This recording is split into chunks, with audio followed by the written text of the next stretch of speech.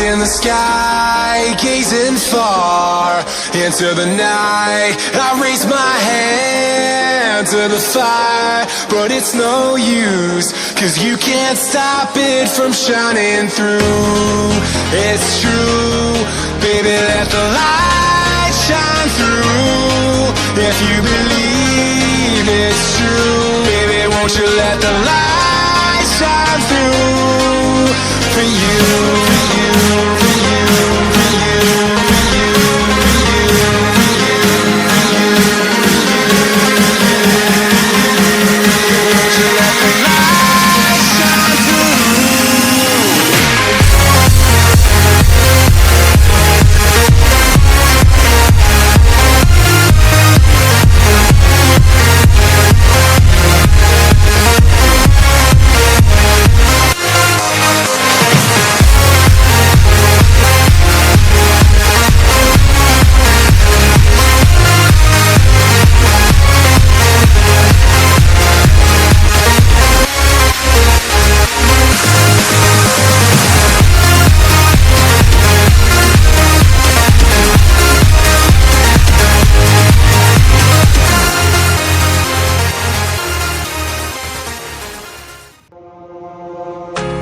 I give in to the lesser fight. My body aches to be satisfied. My weakness comes and goes. My weakness comes and goes. I'm reaching out for the easy high. Please fortify this strength of mine. My weakness comes and goes. My weakness comes and goes.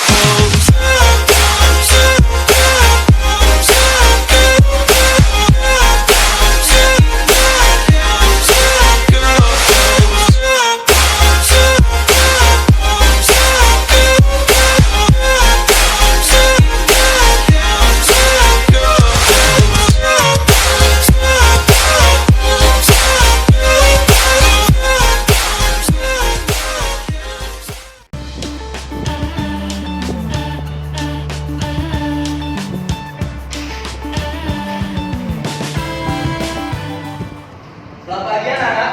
Pagi Pak. Shalom.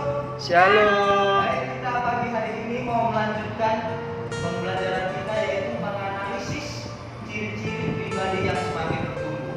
Jadi kita lanjutkan saja pembelajaran kita. Dan di dunia ini anak-anak, kita memiliki pertumbuhan baik secara jasmani maupun rohani. Mari kita saksikan video ini. Oke, baik anak-anak semuanya, di sini kita akan melanjutkan materi pembelajaran kita, yaitu tentang bertumbuh menjadi dewasa. Di mana dalam pembahasan kita pada pagi hari ini adalah yaitu setiap manusia memiliki pastinya akan mengalami pertumbuhan. Jadi dalam perkembangan hidupnya, perubahan waktu atau proses-proses untuk menjadikan dia dewasa dapat dipengaruhi oleh beberapa aspek. Yang pertama, di sini kita akan mengerti tentang aspek fisik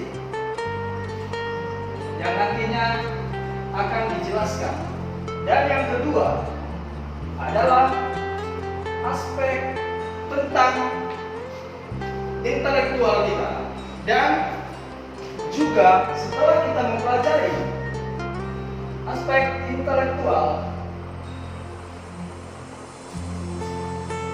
kita akan mempelajari juga aspek emosi.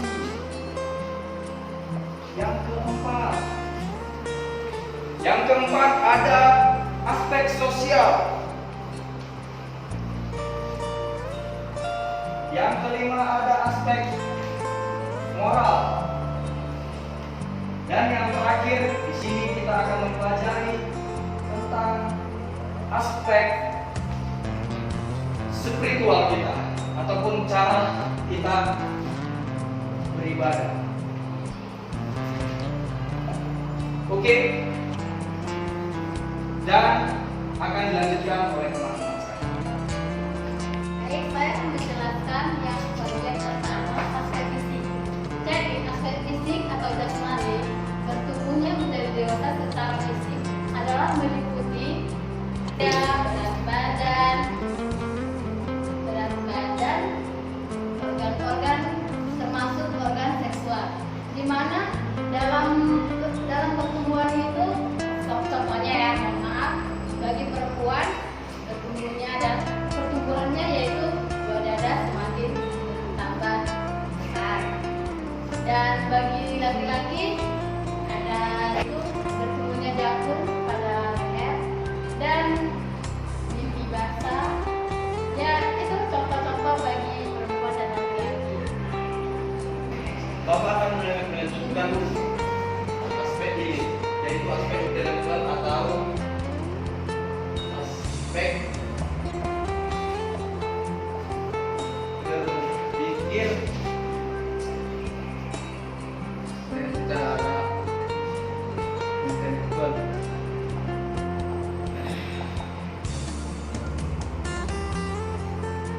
Di sini ditujukan untuk menggunakan akal budi yang sehat untuk menilai benar atau tidaknya sesuatu.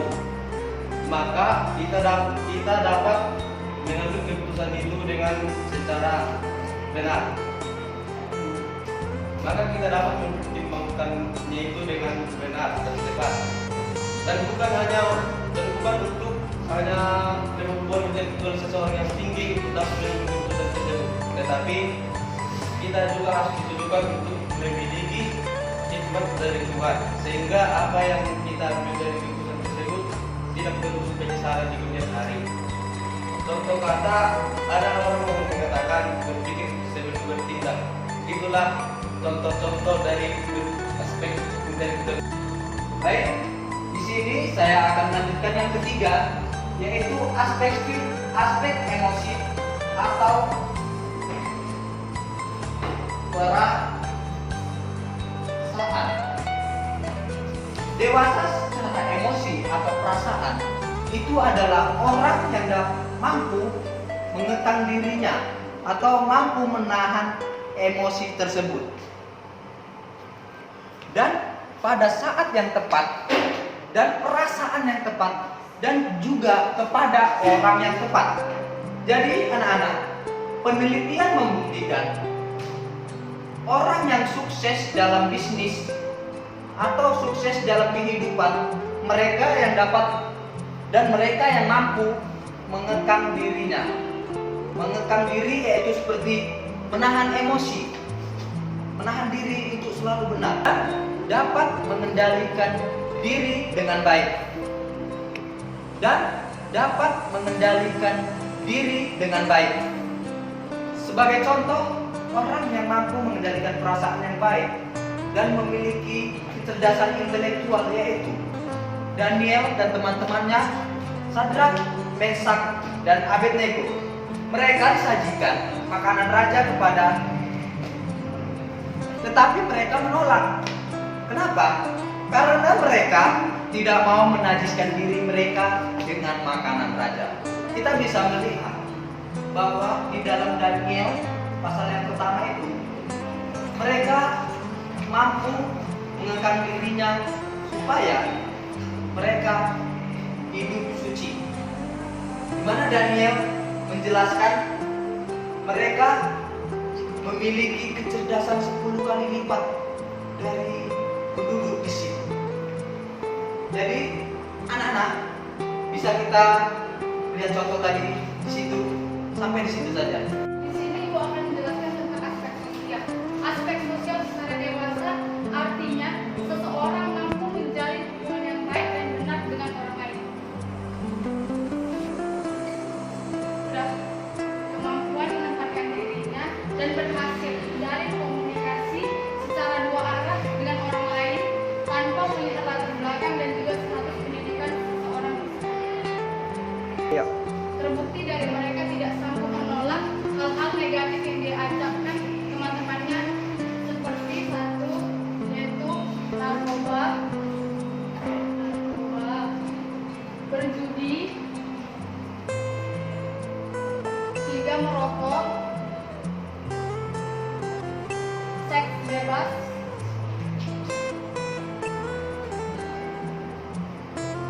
dan juga yang lain.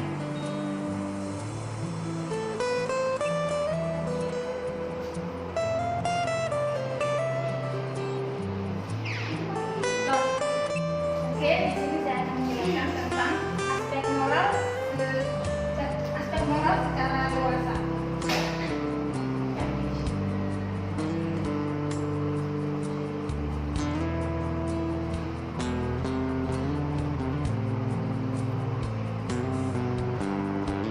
Di mana aspek moral secara dewasa ini memiliki dua pengertian. Yang pertama, mampu membedakan mana yang baik dan mana yang buruk. Misalnya, membedakan yang baik dan mana yang buruk ini, contohnya yang pertama, dalam mencuri ataupun dalam mencuri, yang kedua berbohong,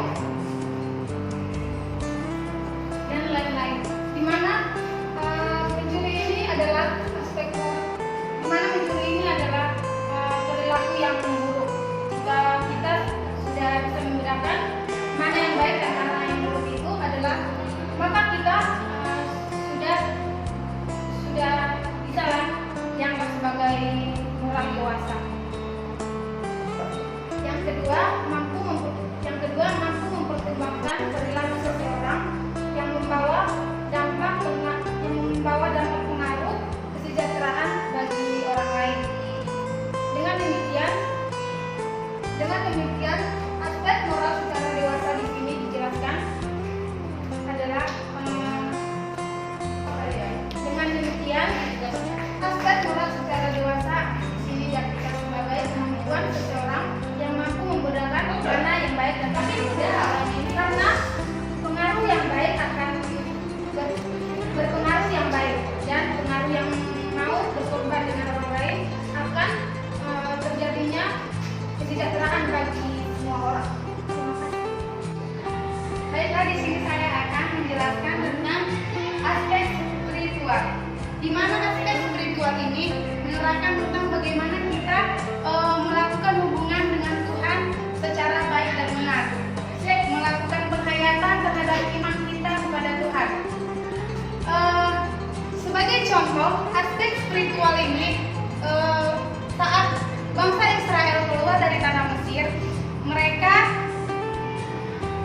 dibawa keluar oleh Tuhan Yesus dari tanah Mesir menuju tanah perjanjian, yaitu tanah Kanaan. Di saat itu mereka malah memberontak kepada Tuhan melalui hambanya Musa.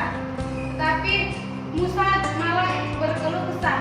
Di situ bangsa Israel menunjukkan bahwa mereka memiliki spiritual yang tidak dewasa. Bagaimana aspek spiritual dewasa ini? Di sini kita membangun iman kita dengan Tuhan secara baik dan benar, menunjukkan kesetiaan kita kepada Tuhan. Bangsa Israel saat itu tidak menunjukkan kesetiaannya kepada Tuhan, mereka malah memberontak. Jadi mereka tidak memiliki aspek spiritual yang dewasa. Jadi kalau sebagai contoh aspek spiritual dewasa yaitu kisah si Ayub. Saat itu Ayub dicobai oleh iblis, tetapi melalui seizin dengan Tuhan. Di situ dia mendapatkan cobaan yang sangat berat. Tapi saat itu dia memang berkeluh kesah, namun dia tetap melakukan kesetiaannya kepada Tuhan hingga akhirnya dia diberkati oleh Tuhan 2 kali lipat. Di situ dia menunjukkan bahwa aspek spiritualnya itu dewasa karena dia menunjukkan kasih setianya kepada Tuhan Yesus. Jadi orang yang pantas dikatakan memiliki aspek spiritual dewasa ini, dia orang yang mampu mengikuti dan melaksanakan peraturan dan hukum-hukum Tuhan secara baik dan benar. Baiklah, di sini Ibu akan menjelaskan bagaimana Jadi kata Alkitab mengenai pandangan Alkitab mengenai perkembangan identitas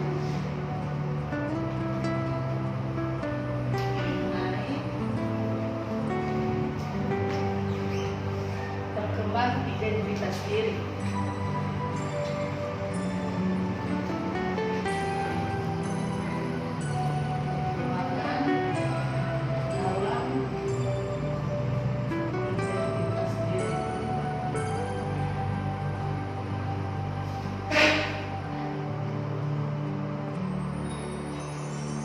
Baiklah, ini akan bagian pembahasannya pandangan Alkitab mengenai perkembangan dalam identitas diri.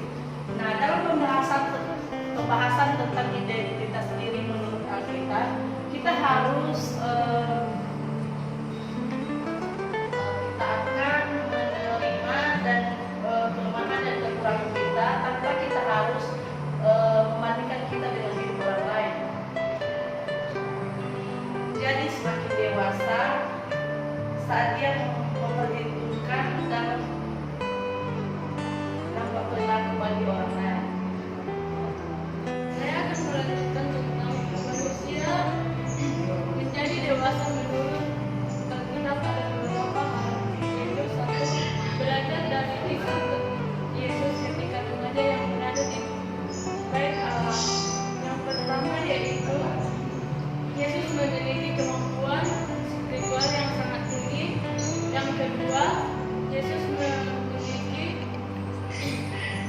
kecerdasan intelektual yang sangat tinggi. Yang ketiga, Yesus bertumbuh menjadi dewasa secara fisik. Yang keempat yaitu Yesus memiliki ketaatan sosial, yaitu dengan menunjukkan ketaatan kepada orang tua secara jasmani. Kedua yaitu belajar dari dosa besar di dalam Mazmur 90 ayat 5 sampai 6 dan ayat 12. Ajarlah kami menghitung hari-hari kami agar kami beroleh hati yang bijaksana. Bertambah usia, seseorang semakin bertambah dalam menyelesaikan seorang. Contohnya yaitu bertambah usia, seseorang semakin bertambah hikmatnya sehingga memiliki kemampuan dalam menyelesaikan persoalan hidupnya. Hati yang bijaksana adalah kunci utama dalam menyelesaikan persoalan hidup dengan damai. Oke, di sini saya akan melanjutkan tentang manusia dewasa. Manusia dewasa adalah manusia yang mampu bertanggung jawab, yaitu yang pertama, manusia yang bertanggung jawab di dalam hubungannya dengan Tuhan. Yang kedua, tanggung jawab dalam hubungannya dengan sesama atau kita manusia. Yang ketiga, tanggung jawab dengan alam. Jadi dari yang ketiga ini yang dimaksud dengan tanggung jawab dalam hubungannya dengan Tuhan. Yang pertama kita ambil contoh dari hal yang terkecil. Bagaimana seseorang tersebut mampu mengucap syukur kepada Tuhan. Mengucap syukur ini berarti apapun keadaannya, apapun problema yang dihadapinya, yaitu baik dia dalam keadaan susah maupun senang, dia mampu mengucap syukur kepada Tuhan. Apalagi dalam kehidupan kita, bangun pagi itu sangat sulit untuk mengucap syukur kepada Tuhan. Jadi mari kita membangun tanggung jawab kita, tanggung jawab ya dengan Tuhan itu bagaimana. Jadi di sini kita harus bisa mengendalikan diri kita untuk bertanggung jawab kepada Tuhan. Jadi yang kedua, tanggung jawab dengan hubungan kita dengan sesama kita ataupun teman-teman kita semua. Yang berarti kita harus mampu ya menempatkan teman-teman kita ini semua stop. Ya. Yang artinya karena manusia yang pertama sudah jatuh ke dalam dosa, sehingga hubungan manusia dengan Allah ini sangat jauh. Sehingga kita di sini diminta harus mampu bertanggung jawab untuk mengayomi teman-teman kita, untuk membawa teman-teman kita kepada Tuhan. Dan yang terakhir, tanggung jawab kita dengan alam. Bagaimana tanggung jawab kita dengan alam? Yaitu di sini manusia diminta untuk bagaimana cara dia mengolah ataupun memelihara alam dengan baik, supaya gimana dari yang ketiga ini kita diminta Tuhan untuk bertanggung jawab. Sekian dan terima kasih. Kami dari semester 4 telah selesai menampilkan materi bertumbuh menjadi dewasa. Saya Mister Manurung. Saya Esther Angelina Saragi. Saya Briani Mulu. Saya Ratu Krismawara. Saya Repi Andriani Silaban. Saya Priska Pandana Sendiri. Saya Kristina Francisca Napau. Saya Risa Pasilokan. Saya Tuan Lukis. Sekian dan terima kasih. Shalom. Kami dari kelompok semester 4 sudah selesai dalam mempresentasikan hasil bertumbuh menjadi dewasa. Apa contohnya di tanggung jawab dalam hubungannya dengan Tuhan?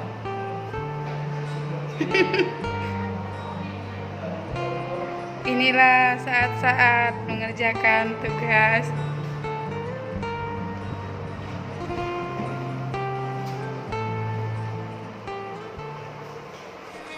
To the lesser fight, my body aches to be satisfied. My weakness comes and goes. My weakness comes and goes. I'm reaching out for the easy high. Please fortify this strength of mine. My weakness comes and goes. My weakness comes and goes.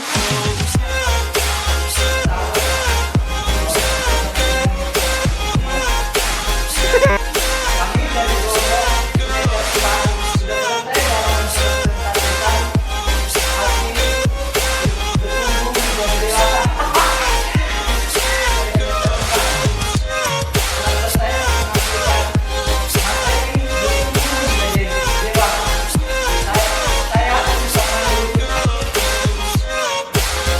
dalam mempresentasikan hasil bertumbuh menjadi dewasa. Bisa mengendalikan diri kita untuk bertanggung jawab kepada Tuhan. Jadi yang kedua, tanggung jawab dengan hubungan kita dengan sesama kita ataupun teman-teman kita semua. Yang berarti kita harus mampu ya menempatkan teman-teman kita ini semua stop. Ya. Yang artinya karena manusia yang